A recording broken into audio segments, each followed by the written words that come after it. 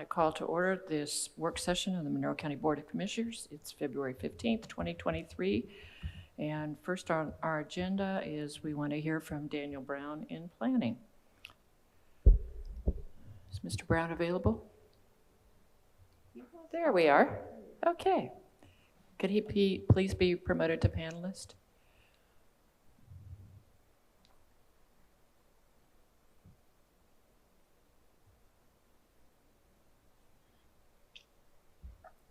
Hello, can you hear me all right?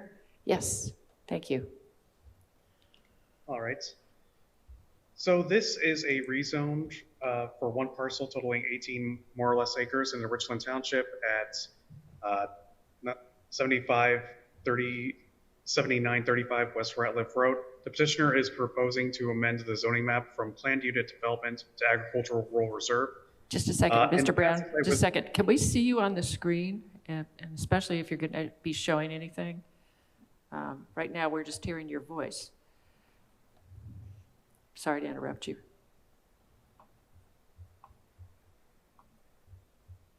Thank you. Okay, here we go.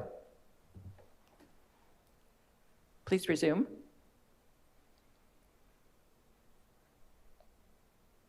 Now we're not hearing anything. So could you back up a little bit and turn on your audio?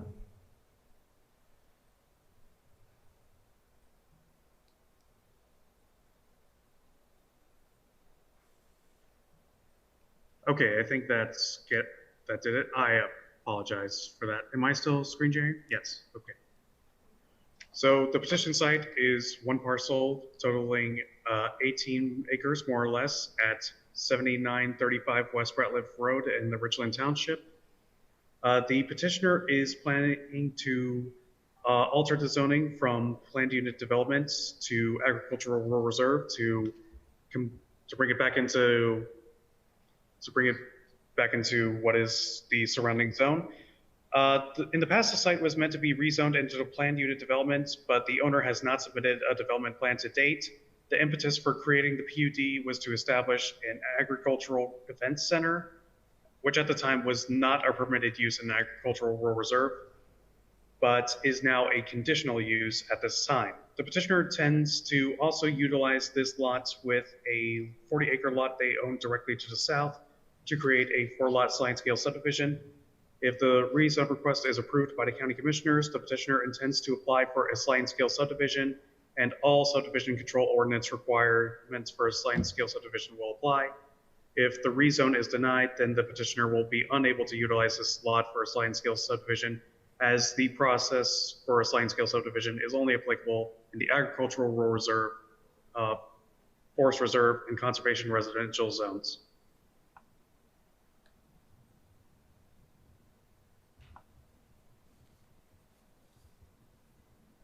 And here is just a map showing the slope of the property, as well as some site photos. Here is aerial pictometry of the property. And here is just some on-the-ground photos of the property showing a barn, a one-story residence that's currently on the lot, a carport, as well as some pictures of the area itself.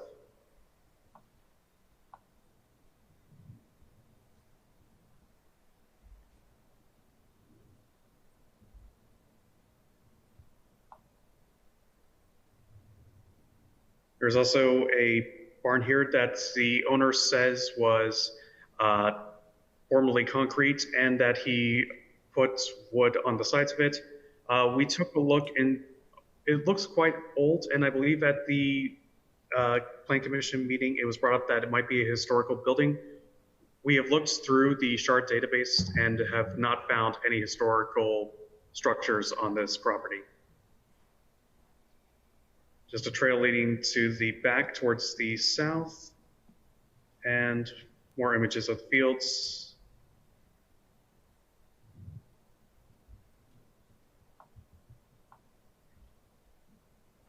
Right, and are there any questions? Mr. Jones? No, I don't. Commissioner Thomas? This is the first I've seen of this, and so I'll need time to dig through it before I have questions, I'm sure.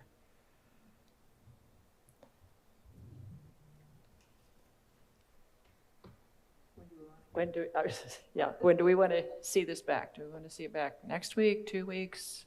What's your pleasure? Next week is okay with me. Mr. Thomas, next week? Okay, well, if you could bring us back to us next week, Mr. Brown, that seems to work with everybody's schedule. So, thank you.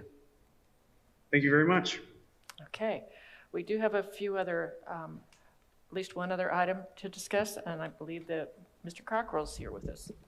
Yes, and I actually have 2 items that I'd like to bring to attention. The first is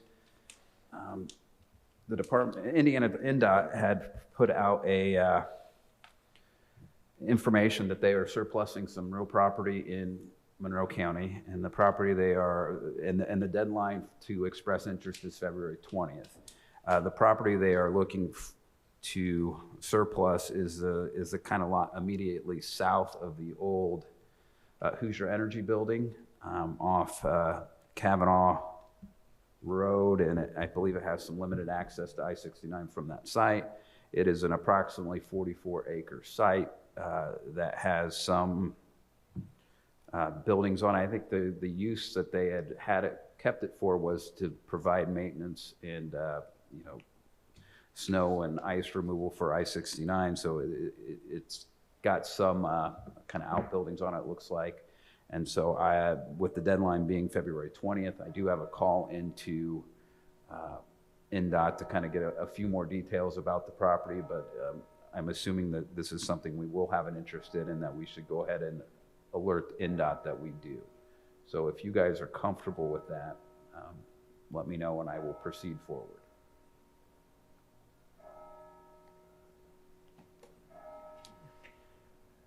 I think we just need more information, but I think we should proceed. I was going to say, what does it mean to express interest? What kind of commitment does that make? That's one of my questions to them. Okay. Okay, well then, I move that we express interest with the old Hoosier Energy property, or the surplus property from the state, and would direct Mr. Cockrell to pursue that. Second. Is there any comment or any other questions? Well, Mr. Cockrell, please move. Oh, all those in favor signify by saying aye. Aye. Aye. Then, Mr. Cockrell, please move forward with that. And my second item is last week you had appointed someone to our health board, but we did not have a formal removal at last week's meeting for that. The appointment was made because the health board, as it was constituted, did not have the required professionals under state code.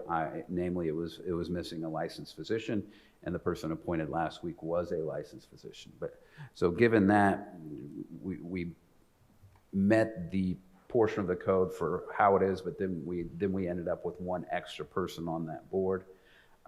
Looking through the history of that board, one of the members had met a reason for disqualification from the board under Indiana code. And so I would recommend that you would remove Ashley Craner from the board due to that reasoning. So moved. Second. Is there any other questions or comments about this issue? I would like to thank Ms. Craner for her participation and her commitment to this. I know that she has a background in public health, and appreciate all the time she's devoted to various endeavors at the county. So this was not anything that is meant as negative toward Ms. Craner. It's that we had to come into compliance with the statutory requirements in this instance. So again, thank you, Ms. Craner. So I guess we need to take a vote on this then. Yes. All those in favor of removing Ashley Craner from the health board signify by saying aye. Aye. Aye. Motion passes 3-0. So is there any other item for the work session? Seeing none, we will adjourn this meeting. We will return next week. Thank you.